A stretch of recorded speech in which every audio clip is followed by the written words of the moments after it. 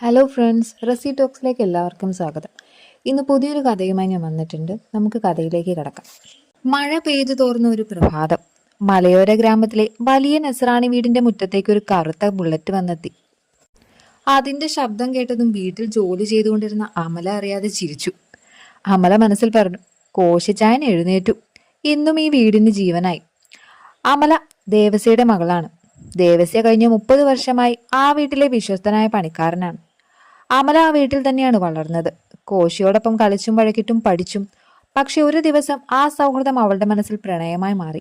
ആ പ്രണയം മാത്രം ഇന്നുവരെ അവൾ ആരോടും പറഞ്ഞിരുന്നില്ല. കോശി ബുള്ളറ്റിൽ നിന്ന് ഇറങ്ങി. കറുത്ത ഷർട്ടും കഴുത്തിൽ ചെറിയൊരു കുരിശുമാലയും.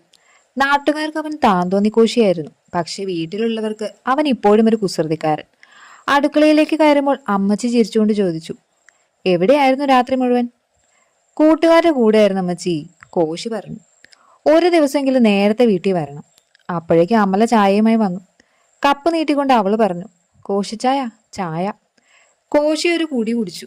പിന്നെ കണ്ണുകൾ വലുതാക്കി. കോശി പറഞ്ഞു, ഇത് നീയാണോ ഉണ്ടാക്കിയത്? അമല പതിയെ തലയാട്ടി.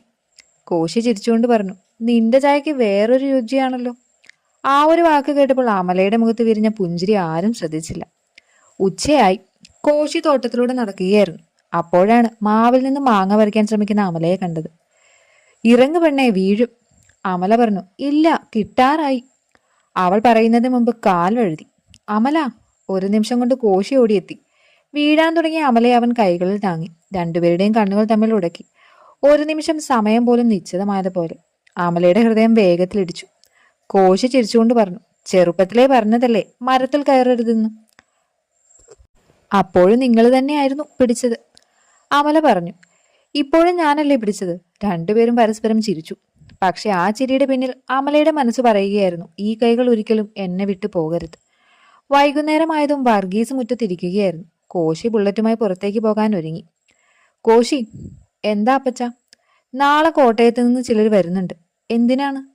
നിന്റെ വിവാഹക്കാര്യം സംസാരിക്കാനാണ്. ആ വാക്കുകൾ കേട്ടപ്പോൾ കോശി ഒന്ന് ഞെട്ടി. വാതിലിന് പിന്നിൽ നിന്നിരുന്ന അമലയുടെ കയ്യിലുണ്ടായിരുന്ന ചായക്കപ്പ് നിലത്ത് വീണു. ആ ശബ്ദം കേട്ട് എല്ലാവരും അവളെ നോക്കി. അമലയുടെ കണ്ണുകൾ നിറഞ്ഞിരുന്നു. നിലത്ത് വീണ് പൊട്ടിയ ചായക്കപ്പിലേക്ക് എല്ലാവരുടെയും കണ്ണുകൾ തിരിഞ്ഞപ്പോൾ, അമലേ, എന്താ നീ ശ്രദ്ധിച്ചില്ലേ എന്ന് വർഗീസ് ചോദിച്ചു. അമല പെട്ടെന്ന് കുനിഞ്ഞ് കഷ്ണങ്ങൾ പെറുക്കാൻ തുടങ്ങി. ക്ഷമിക്കണം മുതലാളി, കയ്യിൽ നിന്ന് വഴുതിപ്പോയതാ. പക്ഷെ വഴുതിപ്പോയത് കപ്പ് മാത്രമായിരുന്നില്ല, അവളുടെ സ്വപ്നം കൂടിയായിരുന്നു. രാത്രിയായതോടെ അമല വീടിന്റെ പിന്നിലെ മാവിൻ ചുവട്ടിൽ ഒറ്റയ്ക്കിരുന്നു. ആകാശത്തേക്ക് നോക്കിയിരിക്കുമ്പോൾ ദേവസ്യ അടുത്ത് വന്നു. മോളെ, എന്തിനാ ഒറ്റയ്ക്കിരിക്കുന്നത്? അമല കണ്ണുനീർ ഒളിപ്പിച്ചുകൊണ്ട് ചിരിച്ചു. ഒന്നുമില്ല അച്ഛാ. ദേവസ്യ മകളുടെ മുഖത്തേക്ക് നോക്കി. നീ ചെറുപ്പം മുതൽ ചിരിക്കുമ്പോഴും കരയുമ്പോഴും എനിക്ക് മനസ്സിലാകും. ആ വാക്കുകൾ കേട്ടതും അമല പൊട്ടിക്കരഞ്ഞു. അച്ഛാ, എനിക്ക് കോശിച്ചായനെ മറക്കാൻ പറ്റുന്നില്ല. ദേവസ്യ കുറച്ചു നേരം മിണ്ടാതെ നിന്നു. പിന്നെ മകളുടെ തോളിൽ കൈവച്ചു. മോളെ, നമ്മളും അവരും ഒരുപാട് വ്യത്യാസമുണ്ട്. എനിക്കറിയാം അച്ഛാ. അതുകൊണ്ടല്ലേ ഞാൻ ഒരിക്കലും അദ്ദേഹത്തോടൊന്നും പറഞ്ഞിട്ടില്ലാത്തത്. പിറ്റേന്ന് രാവിലെ വീട്ടിൽ വലിയ തിരക്കായിരുന്നു. വിവാഹാലോചനയ്ക്ക് ആളുകൾ വരാനിരിക്കുകയാണ്. കോശിക്ക് മാത്രം അതിലൊരു താല്പര്യവും ഉണ്ടായിരുന്നില്ല. ബുള്ളറ്റിന്റെ താക്കോലെടുത്ത് പുറത്തേക്ക് പോകാൻ ഒരുങ്ങിയപ്പോൾ വർഗീസ് തടഞ്ഞു. ഇന്ന് എവിടെയും പോകണ്ട. എനിക്ക് ഈ പെണ്ണ് കാണാൻ താല്പര്യമില്ല അച്ഛാ, വർഗീസ് കുറച്ച് കടുപ്പത്തിൽ പറഞ്ഞു. ഇന്ന് നീ ഇവിടെ തന്നെ നിൽക്കും. കോശിയൊന്നും പറയാതെ പുറത്തേക്ക് നടന്നു. ഇതെല്ലാം അമല കണ്ടിരുന്നു. ഉച്ചയായതോടെ കോട്ടയത്ത് നിന്ന് അതിഥികൾ എത്തി. അവരോടൊപ്പം വന്ന പെൺകുട്ടി സുന്ദരിയായിരുന്നു. എല്ലാവരും സന്തോഷത്തോടെ സംസാരിച്ചുകൊണ്ടിരുന്നു. പക്ഷെ കോശിയുടെ മുഖത്ത് ചിരിയില്ലായിരുന്നു. അമല അടുക്കളയിൽ നിന്ന് ഇടയ്ക്കിടെ അവനെ നോക്കിക്കൊണ്ടിരുന്നു. പെട്ടെന്ന് കോശി എഴുന്നേറ്റു. ക്ഷമിക്കണം, എനിക്കിപ്പോൾ വിവാഹം കഴിക്കാൻ താല്പര്യമില്ല, അവൻ പറഞ്ഞു. അവിടെ ഒരു നിമിഷം നിശബ്ദത. വർഗീസിന്റെ മുഖം ദേഷ്യം കൊണ്ട് ചുവന്നു. അതിഥികളൊന്നും പറയാതെ എഴുന്നേറ്റ് പോയി. വൈകുന്നേരമായി. വർഗീസ് കോശിയെ വിളിച്ചു. എന്തിനാ നീ എന്നെ എല്ലാവരുടെയും മുന്നിൽ നാണം കെടുത്തിയത്? ഇഷ്ടമില്ലാത്തൊരു പെൺകുട്ടിയുടെ ജീവിതം ഞാൻ നശിപ്പിക്കില്ല അച്ഛാ.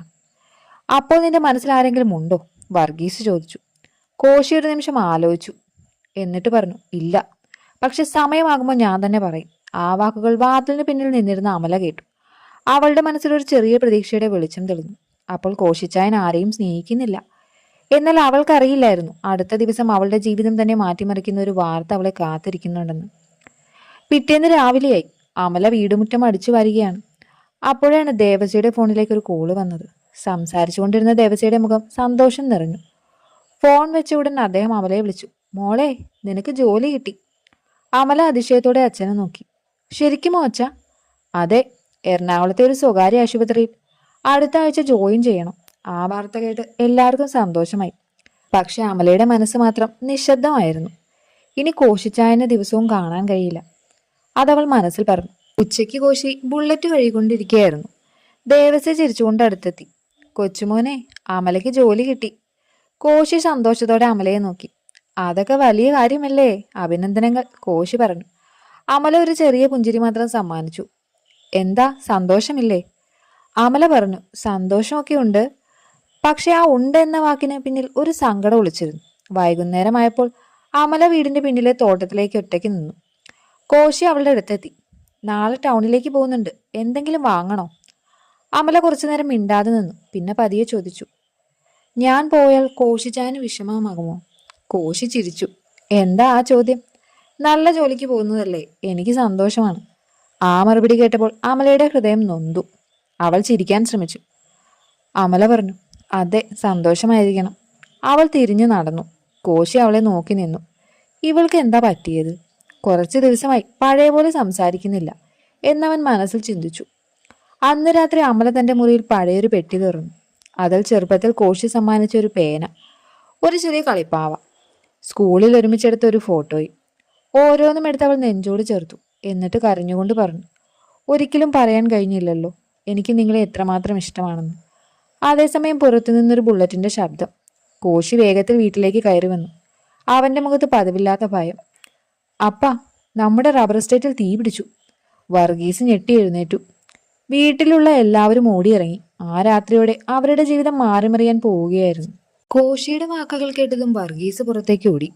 എന്താ പറഞ്ഞത്? എസ്റ്റേറ്റിൽ തീയോ? അതെ അപ്പ, ആരോ മനഃപൂർവ്വം തീ വെച്ചതാണെന്ന് തോന്നുന്നു. ഒരു നിമിഷം കൊണ്ട് വീട്ടിലാകെ പരിഭ്രാന്തി പടർന്നു. കോശിയും വർഗീസും തൊഴിലാളികളും ചേർന്ന് എസ്റ്റേറ്റിലേക്ക് പാഞ്ഞു. അവിടെ എത്തിയപ്പോൾ തീ നിയന്ത്രണ വിധേയമായിരുന്നെങ്കിലും റബ്ബർ മരങ്ങളിൽ പലതും കത്തി നശിച്ചിരുന്നു. വർഗീസ് പറഞ്ഞു, എന്റെ വർഷങ്ങളായുള്ള അധ്വാനമാണ് ഈ പോകുന്നത്. കോശി ആദ്യമായി അച്ഛനെ കണ്ണുകളിൽ കണ്ണുനീർ കാണുന്നത് അപ്പോഴാണ്. അവൻ പതുക്കെ അച്ഛന്റെ തോളിൽ കൈവച്ചു. അപ്പ, നഷ്ടപ്പെട്ടത് വീണ്ടും ഉണ്ടാക്കാം. അടുത്ത ദിവസങ്ങളിൽ ബാങ്ക് ഉദ്യോഗസ്ഥരും ഇൻഷുറൻസ് കമ്പനിക്കാരും വീട്ടിലേക്ക് വന്നു. കടങ്ങളുടെ കാര്യങ്ങൾ ചർച്ചയായി. വർഗീസ് ആകെ തകർന്നുപോയി. ചില ബന്ധുക്കൾ പോലും അകന്നു നിന്നു. പക്ഷേ ദേവസ്യ ഒരു ദിവസം പോലും ആ വീട്ടിൽ നിന്ന് മാറി നിന്നില്ല. മുതലാളി, നിങ്ങൾ ഒറ്റയ്ക്കല്ല, ഞാൻ ഉള്ളിടത്തോളം ഈ വീടും നിങ്ങളും ഒറ്റപ്പെടില്ല, ദേവസ്യ പറഞ്ഞു. ദേവസ്യയുടെ കൈ വർഗീസ് മുറുകെ പിടിച്ചു. ദേവസ്യ, നിന്നെപ്പോലൊരു മനുഷ്യനെ കിട്ടിയത് എൻ്റെ ഭാഗ്യമാണ്.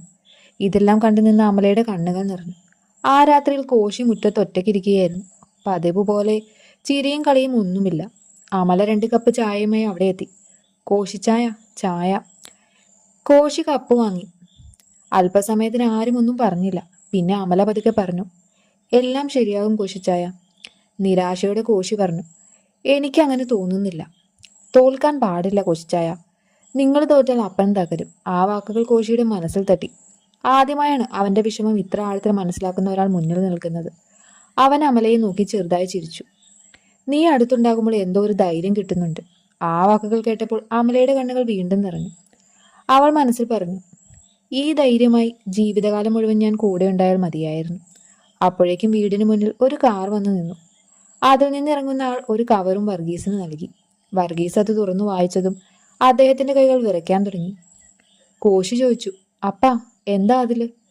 വർഗീസ് പതറിയ ശബ്ദത്തിൽ പറഞ്ഞു, നമ്മുടെ വീട് ബാങ്ക് ജപ്തി ചെയ്യാൻ പോവുകയാണ്. ബാങ്കിന്റെ നോട്ടീസ് വായിച്ചതും വർഗീസ് കസേരയിൽ തളർന്നിരുന്നു. എല്ലാം കഴിഞ്ഞു. വീട്ടിലാകെ നിശബ്ദത. കോശി അച്ഛന്റെ കയ്യിൽ നിന്ന് നോട്ടീസ് വാങ്ങി വായിച്ചു. അവന്റെ കണ്ണുകളിൽ ആദ്യമായി ഭയം തെളിഞ്ഞു. അന്ന് രാത്രി കോശിക്ക് ഉറങ്ങാൻ കഴിഞ്ഞില്ല. വീടിന്റെ വരാന്തയിൽ ഒറ്റയ്ക്കിരുന്ന് അവന്റെ അടുത്തേക്ക് അമല വന്നു. കയ്യിൽ ഒരു ഗ്ലാസ് ചൂട് പാലുണ്ടായിരുന്നു. കോശിച്ചായ, എന്തെങ്കിലും ഒന്ന് കുടിക്കേ. കോശി ഗ്ലാസ് വാങ്ങി. അമല തിരിഞ്ഞു പോകാൻ തുടങ്ങുമ്പോൾ കോശി വിളിച്ചു, അമലേ. അവൾ തിരിഞ്ഞു നോക്കി. നീയും അച്ഛനുമല്ലാതെ ഈ സമയത്ത് ആരും ഞങ്ങളുടെ കൂടെ നിൽക്കുന്നില്ല. അമല ചെറുതായി ചിരിച്ചു. ഞങ്ങൾ ഈ വീട്ടുകാരല്ലേ. ആ വാക്ക് കേട്ടപ്പോൾ കോശിയുടെ മനസ്സിൽ എന്തോ മാറാൻ തുടങ്ങി. പിറ്റേന്ന് രാവിലെ അമല തന്റെ ചെറിയ സ്വർണ്ണ ചെയിൻ അയച്ച് ദേവസ്യയുടെ കയ്യിൽ കൊടുത്തു. ഇതെന്തിനാ മോളെ? ദേവസ്യ ചോദിച്ചു. അച്ഛാ, ഇത് പണയം വെക്കാം. അത് നിന്റെ അമ്മയുടെ ഓർമ്മയല്ലേ? അതറിയാം അച്ഛാ, പക്ഷെ ഈ വീടിനിപ്പോൾ നമ്മളെ വേണം. ഇതെല്ലാം പുറത്തുനിന്ന് കോശി കേട്ടു. അവൻ ഒരു നിമിഷം പോലും അവിടെ നിൽക്കാനായില്ല. അമലയുടെ മനസ്സ് എത്ര വലുതാണെന്ന് ആദ്യമായി അവൻ തിരിച്ചറിഞ്ഞു. വൈകുന്നേരം കോശി ബുള്ളറ്റുമായി പള്ളിയുടെ മുന്നിൽ നിൽക്കുകയാണ്. അമലയെ അവൻ അവിടേക്ക് വിളിച്ചിരുന്നു. അമല എത്തിയപ്പോൾ അവൻ കുറച്ചുനേരം ഒന്നും പറഞ്ഞില്ല. ശേഷം പതുക്കെ ചോദിച്ചു, അമലെ, നീ എന്തിനാ ഞങ്ങൾക്ക് വേണ്ടി ഇത്രയും ചെയ്യുന്നത്? അമല ഒന്ന് ചിരിച്ചിട്ട് പറഞ്ഞു, എല്ലാ ചോദ്യങ്ങൾക്കും മറുപടി പറയാൻ കഴിയില്ല കോശിച്ചായ. അവൾ തിരിഞ്ഞ് നടക്കാൻ തുടങ്ങി. കോശി അവളെ നോക്കി നിന്നു. അവന്റെ മനസ്സ് ആദ്യമായ ഒരു ചോദ്യം ചോദിച്ചു, അമല, എന്നെ സ്നേഹിക്കുന്നുണ്ടോ? അതേസമയം ദേവസ്യ വേഗത്തിൽ ഓടി വന്ന് ശ്വാസം മുട്ടി പറഞ്ഞു, കൊച്ചുമോനെ, മുതലാളി കുഴഞ്ഞു വീണു. കോശിയുടെ മുഖത്തെ നിറം മാറി. ദേവസ്യയുടെ വാക്കുകൾ കേട്ടതും കോശി വീടിനുള്ളിലേക്ക് ഓടി. വർഗീസ് നെഞ്ചിൽ കൈവച്ച് നിലത്ത് കിടക്കുകയാണ്. കോശി ഭയന്നു, അപ്പാ അപ്പാ കണ്ണു തുറക്കൂ. അമല ഉടൻ തന്നെ വർഗീസിന്റെ നാടി പരിശോധിച്ചു. കോശിച്ചായ, സമയം കളയരുത്, ആശുപത്രിയിലേക്ക് പോകാം. കോശി അച്ഛനെ എടുത്ത് കാറിൽ കയറ്റി. അമലയും ദേവസ്യയും കൂടി ആശുപത്രിയിലേക്ക് പുറപ്പെട്ടു. ആശുപത്രിയിൽ ഡോക്ടർ പരിശോധിച്ച ശേഷം പുറത്തു വന്നു. ഭയപ്പെടണ്ട, ചെറിയൊരു ഹൃദയാഘാതമാണ്. സമയത്ത് എത്തിച്ചതുകൊണ്ട് അപകടം ഒഴിവായി. കോശി ആശ്വാസത്തോടെ ഒരു ദീർഘനിശ്വാസം വിട്ടു. അവൻ തിരിഞ്ഞു നോക്കിയപ്പോൾ ആശുപത്രി ചാപ്പലിൽ നിന്ന് വർഗീസിന് വേണ്ടി പ്രാർത്ഥിക്കുന്ന അമലയെ കണ്ടു. അവളുടെ കണ്ണുകൾ നിറഞ്ഞിരുന്നു. ആ നിമിഷം കോശിയുടെ മനസ്സിൽ എന്തോ ഉരുകി. വൈകുന്നേരം വർഗീസ് ഉറങ്ങുകയായിരുന്നു. കോശി ആശുപത്രി വരാന്തയിൽ ഒറ്റയ്ക്കിരുന്നു. അവിടേക്ക് ദേവസ്യ നടന്നു വന്നു. കൊച്ചുമോനെ, ഒരു കാര്യം പറയാനുണ്ട്. പറയൂ ദേവസ്യ ചേട്ടാ. ദേവസ്യ കുറച്ചുനേരം മിണ്ടാതെ നിന്നു. ശേഷം പതുക്കെ പറഞ്ഞു, അമല ചെറുപ്പം മുതൽ നിന്നെ മാത്രമേ സ്നേഹിച്ചിട്ടുള്ളൂ. കോശി ഞെട്ടി. എന്താ? നിന്റെ സന്തോഷം മാത്രമാണ് അവൾ എന്നും ആഗ്രഹിച്ചത്. ഒരിക്കലും അത് നിന്നോട് പറഞ്ഞിട്ടില്ല. പറഞ്ഞാൽ നിന്നെ ബുദ്ധിമുട്ടിക്കുമെന്ന് അവൾക്കറിയാമായിരുന്നു. കോശിക്ക് ഒരു നിമിഷം പോലും ഒന്നും പറയാൻ കഴിഞ്ഞില്ല. അവന്റെ മനസ്സിലൂടെ അമലയുടെ ഓരോ പുഞ്ചിരിയും ഓരോ കരുതലും ഓരോ വാക്കും കടന്നുപോയി. അപ്പോഴാണ് അവന് മനസ്സിലായത്, അവൾ ചെയ്തത് വെറും സ്നേഹമല്ല, പ്രണയമായിരുന്നു. അടുത്ത ദിവസം രാവിലെ അമല ആശുപത്രിയുടെ ഇടനാഴിയിലൂടെ നടക്കുകയാണ്. പിന്നിൽ നിന്ന് കോശി വിളിച്ചു, അമലേ. അവൾ തിരിഞ്ഞു നോക്കി. കോശി അവളുടെ മുന്നിൽ വന്നു നിന്നു. എനിക്ക് നിന്നോട് കാര്യം ചോദിക്കാനുണ്ട്. അമലയുടെ ഹൃദയം വേഗത്തിലിടിച്ചു. ദേവസ്യച്ചേട്ടൻ പറഞ്ഞത് സത്യമാണോ? അമല കുറച്ചു നിമിഷം അവന്റെ കണ്ണുകളിലേക്ക് നോക്കി.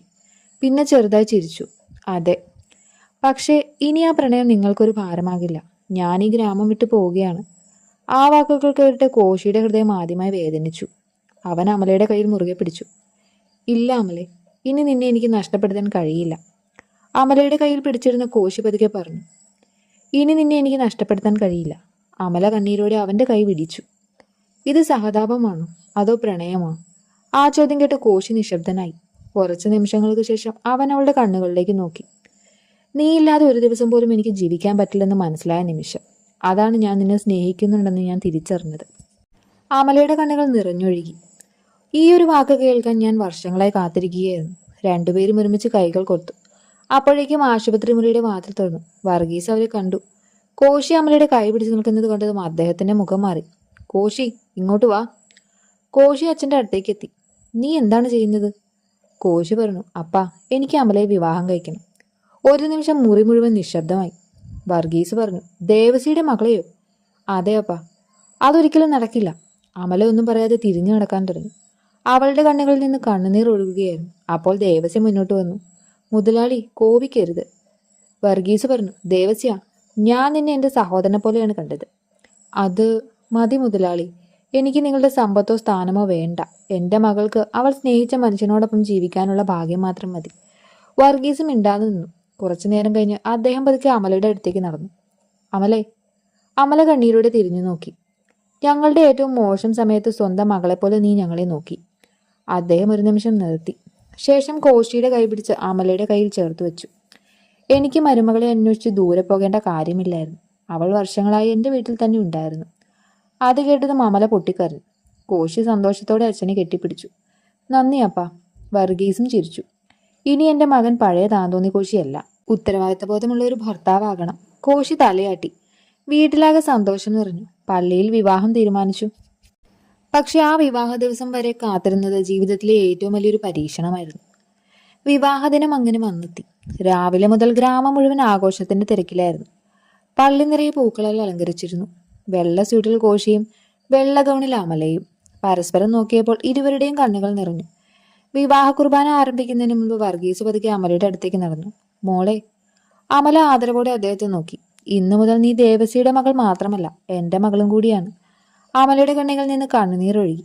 അവൾ വർഗീസിന്റെ കയ്യിൽ മുത്തമിട്ടു. അച്ഛാ, ആ ഒരു വിളി കേട്ടപ്പോൾ വർഗീസിനും കണ്ണു നിറഞ്ഞു. പള്ളിയിലെ അച്ഛൻ വിവാഹ ശുശ്രൂഷ പൂർത്തിയാക്കി. അച്ഛൻ പറഞ്ഞു, ഇനി മുതൽ നിങ്ങൾ രണ്ടുപേരും ഭാര്യ ഭർത്താക്കന്മാരാണ്. കോശി പതിക്കെ അമലയുടെ കൈ പിടിച്ചു. അവളുടെ കണ്ണുകളിലേക്ക് നോക്കി അവൻ പറഞ്ഞു, ചെറുപ്പം മുതൽ നീ എന്നെ സ്നേഹിച്ചു. പക്ഷെ ഇനി മുതൽ എൻ്റെ ജീവിതം മുഴുവൻ ഞാൻ നിന്നെ സ്നേഹിക്കും. അമല ചിരിച്ചുകൊണ്ട് കരഞ്ഞു. ഈ ഒരു വാക്കിന് വേണ്ടിയായിരുന്നു ഞാൻ ഇത്രയും വർഷം കാത്തിരുന്നത്. പള്ളിയിൽ നിന്ന് പുറത്തിറങ്ങിയപ്പോൾ ഗ്രാമത്തിലെ എല്ലാവരും കൈയടിച്ചു. ദേവസി അല്പം മാറി നിന്ന് കണ്ണുനീർ തുടയ്ക്കുകയായിരുന്നു. കോശി അത് കണ്ടു. അവൻ ദേവസിയുടെ അടുത്തേക്ക് നടന്നു. അച്ഛാ. ദേവസി അതിശയത്തോടെ നോക്കി. ഇനി മുതൽ നിങ്ങൾ എനിക്ക് ദേവസി ചേട്ടനല്ല, അച്ഛനാണ്. ദേവസിക്ക് സംസാരിക്കാൻ കഴിഞ്ഞില്ല. അദ്ദേഹം കോശിയെ കെട്ടിപ്പിടിച്ചു. വൈകുന്നേരം കോശിയുടെ പഴയ കറുത്ത ബുള്ളറ്റ് വീട്ടുമുറ്റത്ത് തയ്യാറായി നിന്നു. കോശി ബൈക്കിൽ കയറി, അമല പിന്നിലും. പതുക്കെ അവന്റെ തോളിൽ തല ചായച്ചു. അമല ചിരിച്ചുകൊണ്ട് പറഞ്ഞു, ഇനി എവിടേക്കാ കോശിച്ചായ? കോശി ബുള്ളറ്റ് സ്റ്റാർട്ട് ചെയ്തു. നമ്മൾ ഒരുമിച്ചുള്ള ജീവിതത്തിലേക്ക്. ബുള്ളറ്റിന്റെ ശബ്ദം പതുക്കെ അകന്നുപോയി. സൂര്യൻ അസ്തമിക്കുമ്പോൾ രണ്ട് ഹൃദയങ്ങൾ ഒരു ജീവിതമായി മാറിയിരുന്നു.